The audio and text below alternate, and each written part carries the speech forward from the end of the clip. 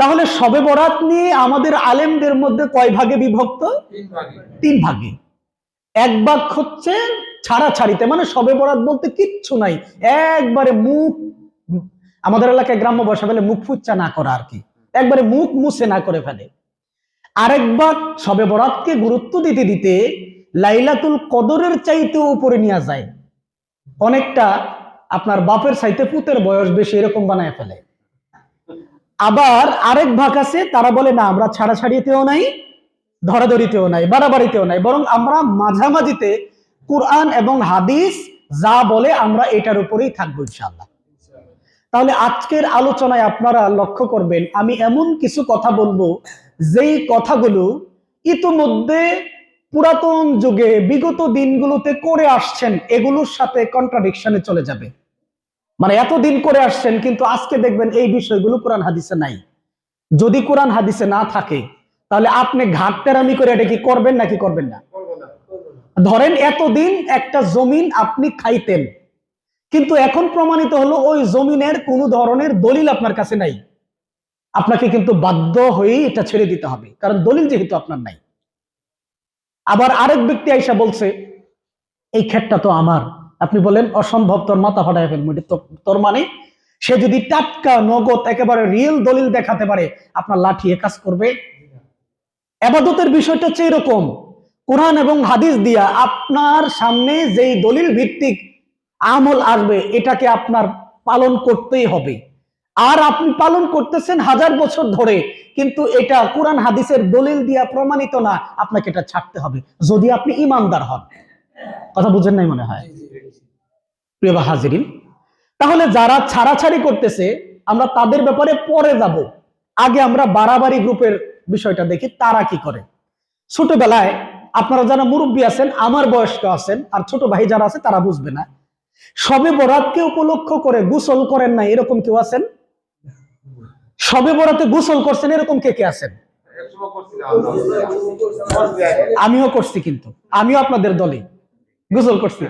কেন গোসল করছি? হুজুর আমাদেরকে বলছে, শোন, এই রাত্রে যেই ব্যক্তি গোসল করবে তার প্রত্যেক ফুটা পানির সাথে গুনাহগুলো জড়তে থাকবে। অযথা সুবহানাল্লাহ বলবেন না কিন্তু। আপনারা এটা শুনছেন কিনা বলেন? আপনাদের কাছে আমার প্রশ্ন, বলেন তো গোসল হয় 3 ধরনের, কয় ধরনের? ফরজ গোসল, ওয়াজিব গোসল, সুন্নত বা নফল গোসল। সবচাইতে গুরুত্বের দিক থেকে ফরজ দামি নাকি নফল দামি? ফরজ দামি। তো আপনারা যারা বিবাহ করেছেন তাদের তো ফরজ গোসল করতে হয়, বেয়াদবি মাফ করবেন, ছোট মানুষ বলতেছি বুঝানোর স্বার্থে। গোসল যেহেতু ফরজ হয় এবং ফরজ গোসলের গুরুত্ব শরীয়তের দৃষ্টিকোণ থেকে সবার আগে, ফরজ গোসলের পরে ওই গোসলের যে পানিগুলি পড়ে ওইটার পরিবর্তে প্রতি ফুটায় নেকি হয় বা গুনাহ ঝরে, এরকম কোন হাদিস জীবনে শুনছেন? কথা বলেন আরে ভাই, শুনছেন কোনদিন? মৃত ব্যক্তিকে গোসল দেওয়া ওয়াজিব, যে ব্যক্তি ইসলাম কবুল করবে তার জন্য গোসল করা ওয়াজিব। মৃত ব্যক্তির গোসলের পানি থেকে প্রতি ফুটার সাথে একটা করে গুনাহ ঝরে, এরকম শুনছেন কোনদিন? এই রাত্রে এবং অন্যান্য যে গোসলগুলি করি, এই গোসলগুলি হচ্ছে নফল গোসল। জুমার দিনের গোসল করা, ঈদের দিনের গোসল করা, এই যে আজকের গোসল করা, এমনিতেও যে গোসলগুলি করি পবিত্রতা হাসিলের জন্য প্রতিনিয়ত যে গোসল করি, এই গোসলগুলি করা হচ্ছে নফল। এখন গুরুত্বের দিক থেকে, সওয়াবের দিক থেকে ফরজ আগায় থাকবে না নফল আগায় থাকবে? আমরা পেলাম ফরজ গোসলের মধ্যে গুনাহ ঝরে না, কিন্তু নফলে দাবি করতেছে আমার গোসলের মধ্যে গুনাহ ঝরে। তাহলে এটা বাপের থেকে পুতের বয়স বেশি হয়ে গেল না? বুঝেন নাই মনে হয়। ইসলামের একটা বিষয় হচ্ছে, যেই যদি আপনারা জানতে পারেন অল্প আমলে অনেক সওয়াব, অল্প গুনার কারণে অনেক শাস্তি, ওই হাদিসটা বাদ দিতে হবে। এটা ইসলাম সাপোর্ট করে না। প্রত্যেকটা জিনিসের একটা ব্যালেন্স থাকতে হবে, সামঞ্জস্যতা থাকতে হবে। তাহলে যারা বাড়াবাড়ি করে তাদের বক্তব্য হচ্ছে যে এই রাত্রে গোসল করলে প্রতি ফুটা গোসলের পানির সাথে একটা করে গুনাহ জড়তে থাকে, অথচ আজও পর্যন্ত জীবনে বহুত গোসল করছি, এবং এই গোসল করতে গিয়ে আমাদের নদী তো কাছে, বন্ধু বান্ধব চলে যেতাম গোসল করার জন্য, আর ওইখানে চরের মধ্যে দায়রাবান্ধা খেলতাম। দায়রাবান্ধা বুঝেন তো? ওই শীতের রাত ছিল, দাইরা বন্ধ খেলে শরীরটাকে গোসল করে মানে গরম করে তারপরে গোসল করতাম। আপনারাও হয়তো এরকমটা করে থাকতে পারেন। বর্তমান সময় কিন্তু এটা এখন আর নাই। এখন আমরা দলিল দস্তাবেজ খুঁজতে গিয়ে দেখি আসলে এগুলি সব ফাও কথা। কি কথা? তাহলে আমরা কি গোসল করবো এই রাত্রকে উপলক্ষ করে? যেহেতু দলিলে পাই না, আপনি 1000 বছর করে থাকলেও এই গোসলটাকে আপনাকে ছাড়তে হবে। এই নিয়তে যদি গোসল করেন যে এই রাত্রে গোসল করলে প্রতি ফোঁটা পানির পরিবর্তে একটা করে গুনাহ জড়বে, একটা করে নিয়ত হবে, নেক হবে, তাহলে এই গোসলটা বেদাতে পরিণত হয়ে যাবে, যেহেতু রাসূল কখনো করে নাই। এই ব্যাপারে কোন ধরনের আমরা দলিল আদিল্লাহ খুঁজে পাই না। কথা কি বুঝতেছেন আমার? আচ্ছা, এবার চলেন আরেকটা দিকে যাই। শবে বরাত মানেই হচ্ছে হালুয়া রুটির রাত।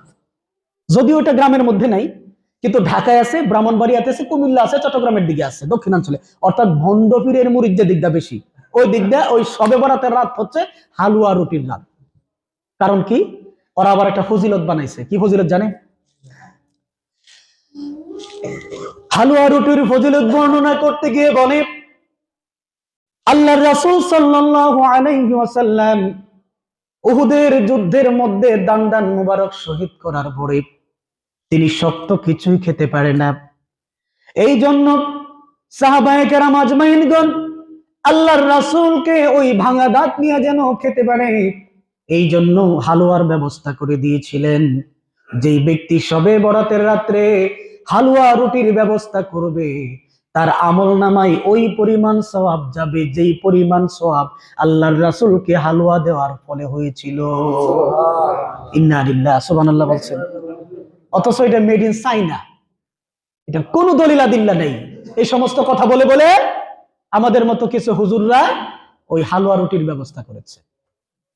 আমি নিজে যখন কটিয়া দিতে ইমামতি করতাম, তখন এই রাত্রকে কেন্দ্র করে কত হাদিয়া যে পাইছি, কত হাদিয়া। হুজুর মুসাফা করছে, কিছু টাকা দিছে, দোয়া চাই, হুজুর আমার বাপমার জন্য দোয়া করেন, হুজুর আমার ছেলে বিদেশ থাকে দোয়া করেন, হুজুর আমার মেয়েটা পড়াশোনা করে তার জন্য দোয়া করেন।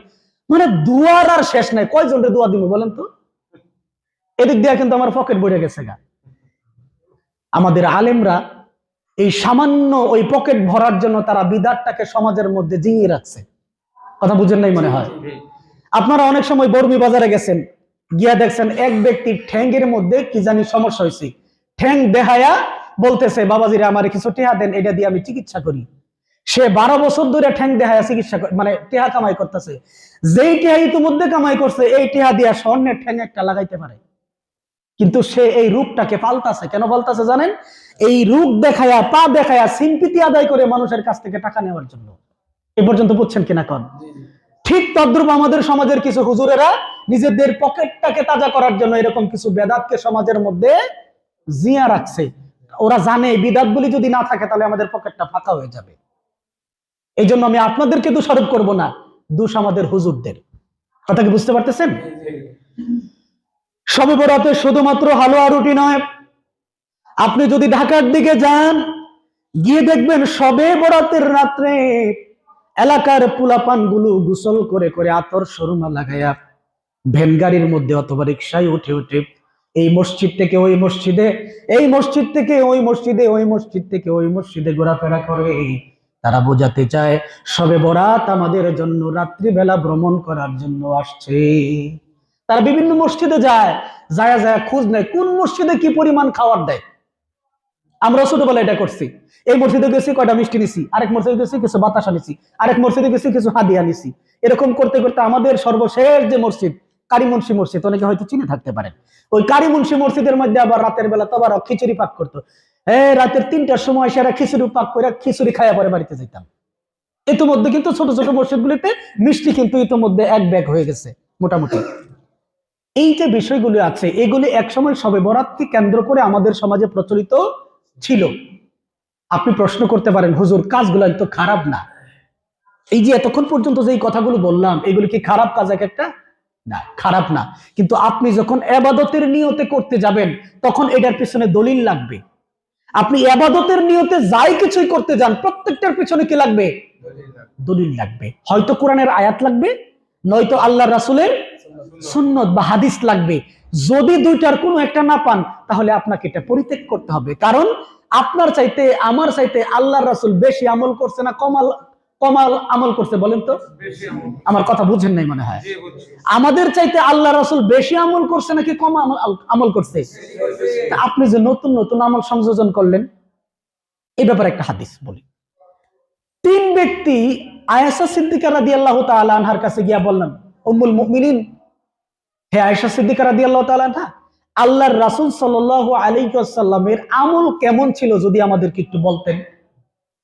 তখন আয়েশা সিদ্দিকা আল্লাহ রাসূলের দিন এবং রাতের ইবাদতের কথা খুলে বললেন। কথা বুঝতেছেন কি? খুলে বলার পরে এই 3 ব্যক্তি বাড়িতে চলে গেল।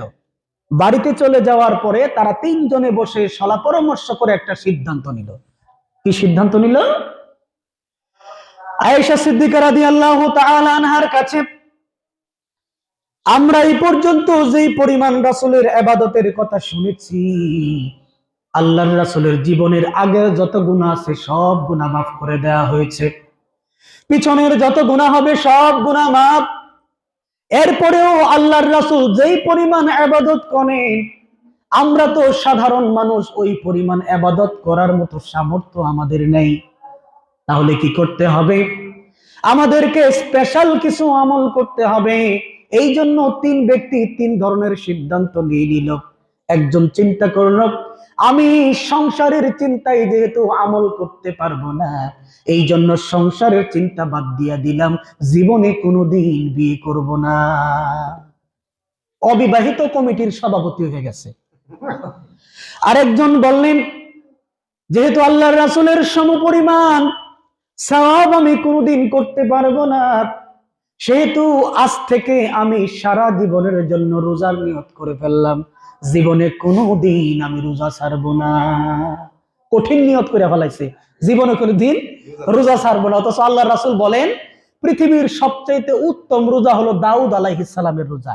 কার রোজা? কিভাবে রোজা রাখতেন? তিনি একদিন রোজা রাখতেন, একদিন ভাঙতেন, একদিন রাখতেন, একদিন ভাঙতেন।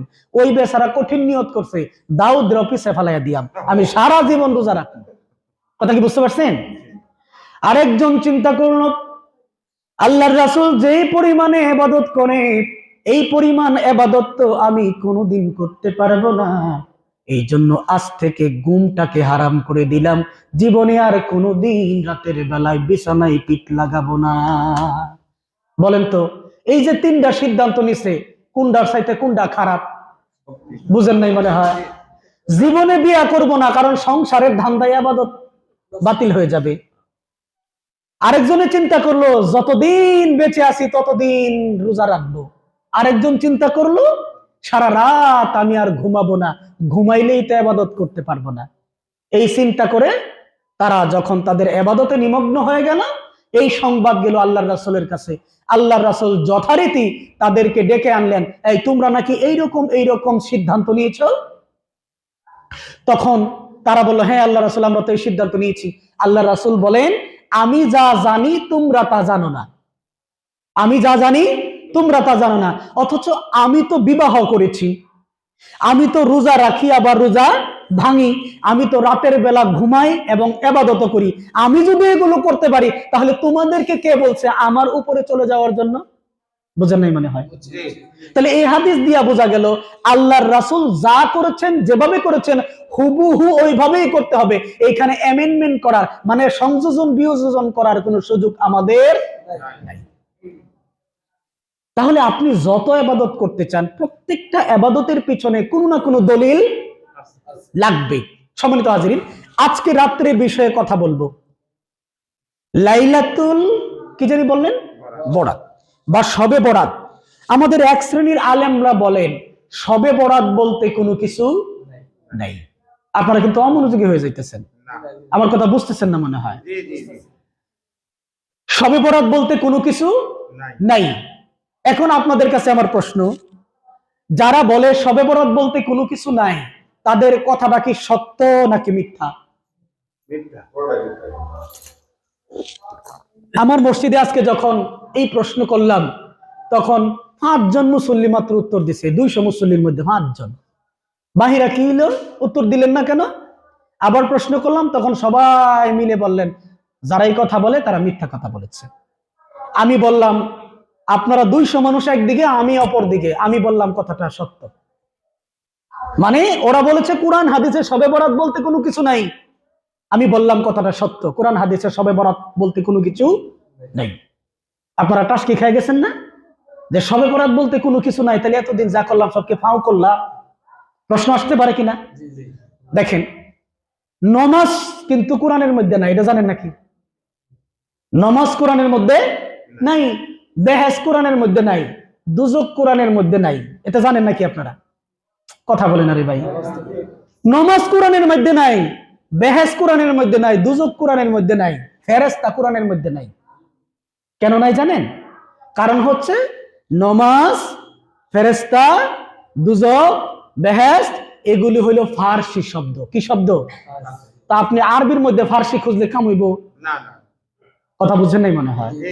তাহলে শবে বরাত শব্দটা হচ্ছে ফার্সি, এটা আপনি কোরআন হাদিসে কোথাও খুঁজে পাবেন না, এটাই তো স্বাভাবিক। তাহলে ওরা যে বলছে এটা কি মিছা কথা কইলো? ওরা কি মিছা কথা কইলো? শবে বরাত কোরআন হাদিসে কোথাও নাই, পাবেন না, কারণ এটা আরবি শব্দ না, এটা ফার্সি শব্দ। তাহলে এটার ফার্সি আরবি শব্দ কি, এটা আমাদেরকে খুঁজে বের করতে হবে।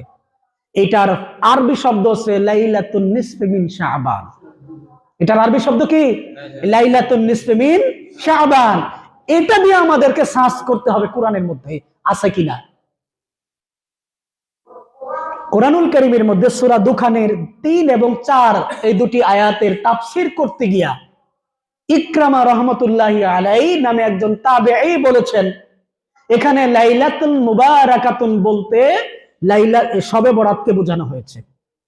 একজন তাবেঈ বলছে, আর সমস্ত উলামায়ে কেরামগণ এবং সমস্ত সাহাবীরা একমত, এখানে লাইলাতুল মুবারাকাতুন বলতে শবে কদরকে বোঝানো হয়েছে। এখন আপনারা একজন রে মানবেন না 99 জন রে মানবেন? কথা বুঝেন নাই মনে হয়। না, জোর কেন দেখবেন? আপনি তো দেখবেন ওইখানে সাহাবীরা কি বলছে। সাহাবায়ে কেরাম আজমাইনগণ বলেছেন এখানে লাইলাতুন মুবারাকাতুন বলতে কদরের রাতকে বোঝানো হয়েছে, আর একজন শুধুমাত্র বলছে শবে বরাতকে বোঝানো হয়েছে। তাহলে কোরআনের মধ্যে আমরা শবে বরাত খুঁজে পেলাম না। এবার আমরা হাদিসে দেখব লাইলাতুন নিসফি মিন শাবান কোথায় আছে। এই ব্যাপারে 9 জন সাহাবী থেকে বর্ণিত মোট 27টি হাদিস আসছে। কয়টা হাদিস? 27টি। এই হাদিসের মধ্যে 2 ধরনের হাদিস আসছে। এক ধরনের হাদিস আসছে সহির পরের যে পর্ব, মানে সর্বোচ্চ হাদিস হলো সহিহ হাদিস, তারপরের যে তবকা, তারপরের যে সিরিয়াল, এটাকে বলা হয় হাসান হাদিস। তারপরে হাদিস কি? হাসান হাদিস। সহি মানে সর্বোচ্চ শুদ্ধ, এর পরের শুদ্ধর নাম হচ্ছে হাসান হাদিস। সর্বশেষ যে হাদিসের তবকা, এটাকে বলা হয় জয়ীফ হাদিস। এটাকে বলা হয় জয়ীফ হাদিস। আর জয়ীফের মধ্যে সবচাইতে জয়ীফ যেটা, একেবারে দুর্বল যেটা, এটাকে বলা হয় যায়ীফ জিদ্দান, মানে সবচাইতে দুর্বল। এই শবে বরাতের ব্যাপারে ওই 9 জন সাহাবীর 27টি হাদিসের মধ্যে মাত্র 3টা হাদিস হইল আপনার মোটামুটি মেনে নেওয়া যায় এই পর্যায়ে, আর বাকি সবগুলো হাদিস হইল যায়ীফ জিদ্দান, মানে খুব দুর্বল, একেবারে জাল হাদিসের পর্যায়ে পড়ে। তো ওই সহিহ 3 খান হাদিস যেটা আছে, এটার মধ্যে হলো 2টা হইল দুর্বল আর একটা হইল হাসান। 2টা কি? দুর্বল, একটা হইল হাসান। তাহলে 2টা যে দুর্বল এগুলি আগে বলে নেই, হাসানটা শেষে বলি, কারণ ওই হাসানের উপরে আবার আমার কিছু আলোচনা থাকবে। দুর্বল যে 2টা হাদিস আছে, এই 2টা হাদিস আসছে, একটা হাদিস আসছে আলী রাদিয়াল্লাহু তাআলা আনহু বর্ণনা করছেন, আরেকটা বর্ণনা করছেন আয়েশা সিদ্দিকা রাদিয়াল্লাহু তাআলা আনহা। হযরত আলী রাদিয়াল্লাহু তাআলা আনহুর যে হাদিসটা আছে, এটা অপেক্ষাকৃত আয়েশার হাদিসের চাইতেও দুর্বল। এজন্য এটা আগে বলি। তিনি বলেন, আল্লাহ রাসূল বলেন, যখন লাইলাতুন নিসফি মিন শাবান আসবে, তখন তোমরা দিনের বেলা রোজা রাখো আর রাতের বেলা নামাজ পড়ো। কথা বুঝছেন? কারণ হলো এই রাত্রে আল্লাহ রাব্বুল আলামিন মাগরিবের পরেই প্রথম আকাশে এসে উদিত হন এবং সৃষ্টি জগতের দিকে তিনি দৃষ্টি নিক্ষেপ করেন এবং সকল মানুষকে ক্ষমা করে দেন। তবে 2 শ্রেণীর মানুষকে ক্ষমা করেন না, একটা হলো মুশরিক আর একটা হলো মুশাহিন। কয় শ্রেণীর মানুষকে ক্ষমা করেন না? 2 শ্রেণীর, মুশরিক আর মুশাহিন। এটা হলো আলী রাদিয়াল্লাহু তাআলা আনহুর হাদিস। এটা হচ্ছে যায়ীফ জিদ্দান, খুবই দুর্বল। এবার আয়েশা সিদ্দিকা রাদিয়াল্লাহু তাআলা আনহার হাদিস, এই ব্যাপারে আয়েশা সিদ্দিকা রাদিয়াল্লাহু তাআলা আনহা বর্ণনা পাওয়া যায় দুইটা। কয়টা? দুইটা। আগে একটা বলি। একদিন আয়েশা সিদ্দিকা রাদিয়াল্লাহু তাআলা আনহা আল্লাহর রাসূলকে ঘরে খুঁজে পাচ্ছেন না, তিনি চলে গেলেন বাহিরে খোঁজার জন্য। মসজিদে নববীতেও তাকে পেলেন না। তাহলে কোথায় যাবে? কোথায় যাবে? খুঁজতে খুঁজতে খুঁজতে খুঁজতে মসজিদে নববীর পাশেই একটা বড় আপনার কবরস্থান আছে, এটার নাম হলো জান্নাতুল বাকি। নাম শুনছেন না? হযরত আয়েশা সিদ্দিকা রাদিয়াল্লাহু তাআলা আনহা জান্নাতুল বাকি নামক কবরস্থানে গিয়ে দেখতে পেলেন আল্লাহর রাসূল সাল্লাল্লাহু আলাইহি ওয়াসাল্লাম দুহাত তুলে তিনি মুনাজাত করতেছেন, দোয়া করতেছেন। আল্লাহর রাসূল বলেন, ওগো আয়েশা, তুমি কি জানো নাকি আজকের রাত্রটা কোন রাত্র? আয়েশা সিদ্দিকা রাদিয়াল্লাহু তাআলা আনহা বলেন, ইয়া রাসূলুল্লাহ, আল্লাহ এবং আপনি ভালো জানেন, এই বিষয়ে আমার কোনো ধারণা নাই। আল্লাহর রাসূল বলেন, ওগো আয়েশা, আজকের রাত্রটা হচ্ছে লাইলাতুন নিসফি বিন শাবান, শাবান মাসের মধ্যম রজনী।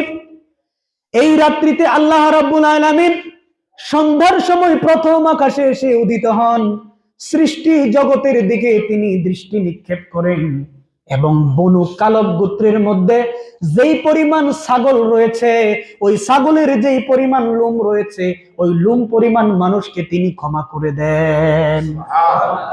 বনি কালব গোত্র ওই সময় সবচেয়ে বেশি ছাগলের অধিকারী ছিলেন। 5-6টা ছাগল তাদের ছিল না, লক্ষ লক্ষ ছাগল ছিল। ধরেন 1 লাখ ছাগলের কি পরিমাণ লোম হতে পারে বলেন? এই পরিমাণ মানুষকে এই রাত্রে আল্লাহ তাআলা কি করে দিবেন?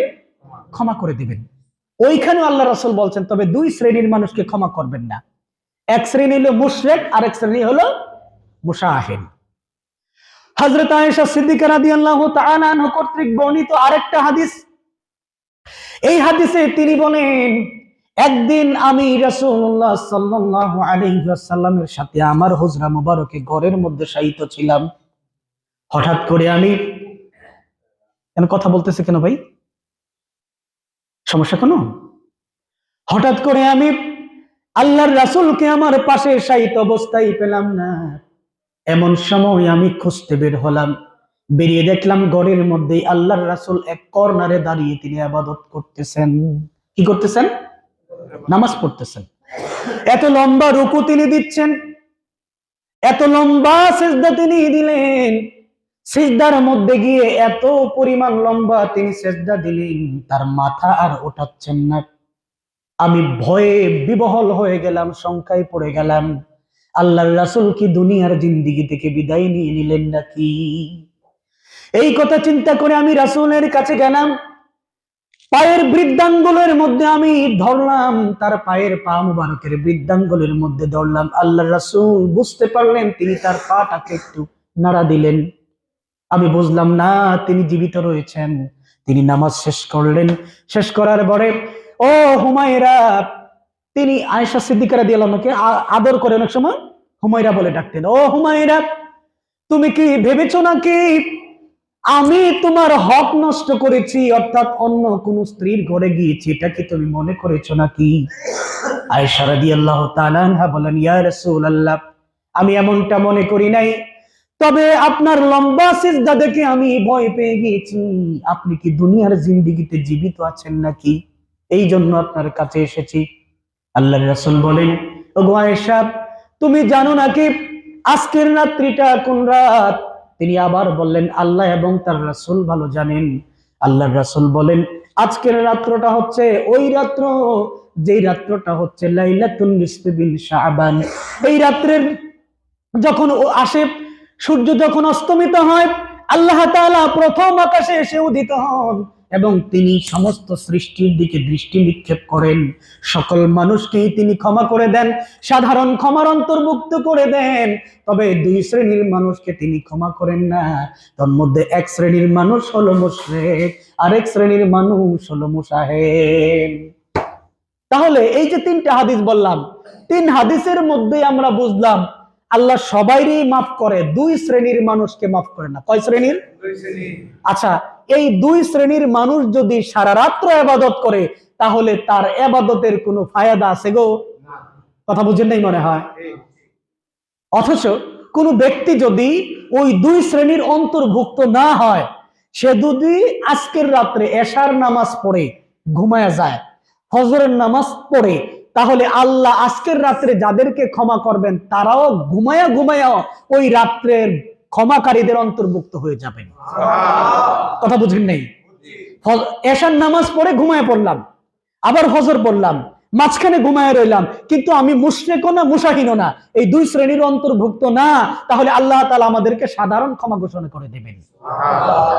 এবার সবচেয়ে সহিহ হাদিস যেটা, এই হাদিসটা আমি আপনাদের সামনে উপস্থাপন করব। এটা আসছে হযরত মুআজ ইবনে জাবাল রাদিয়াল্লাহু তাআলা আনহু থেকে। নাম শুনছেন না ওনার? এই হাদিসটা আছে সহিহ ইবনে হিব্বান নামক কিতাবের মধ্যে। তিনি বলেন, কি বলেন? قال النبي صلى الله عليه وسلم يطلع الله الى خلقه في ليله النصف من شعبان। লাইলাতুন নিসফ মিন শাবান অর্থাৎ শাবানের মধ্যম রজনী। আপনারা এই কথা কি বুঝেন? লাইলাতুন নিসফ মিন শাবান মানে শাবান মাসের মধ্যম রজনী, 14 তারিখ দিবাগত রাত্র, অর্থাৎ আজকের রাত্র। এই রাত্রে আল্লাহ কি করেন? ইয়াতলু, উদিত হন। সূর্য যেরকম উদিত হয় এইরকম, তলা ইয়াতলু মানে উদিত হওয়া, বুঝতে পারছেন? ইয়াতলুল্লাহ, আল্লাহ উদিত হন, ইলা খালকিহি, তার সৃষ্টি জগতের দিকে, তার মানে আকাশে এসে উদিত হন। ফি লাইলাতিন নিসফি মিন শাবান, শাবান মাসের মধ্য রজনীতে। এরপরে কি করেন? ফায়াগফিরু, অতঃপর তিনি ক্ষমা করে দেন, লি জামিই খালকিহি, তার সমুদয় সৃষ্টি জগৎকে। সুবহানাল্লাহ বলেন। ইল্লা লিমুশরিকিন আও মুশাহিনিন, তবে দুই শ্রেণীর মানুষকে তিনি এই ক্ষমার অন্তর্ভুক্ত করেন না। এক শ্রেণী হইল মুশরিক আর এক শ্রেণী হইল মুশাহিন।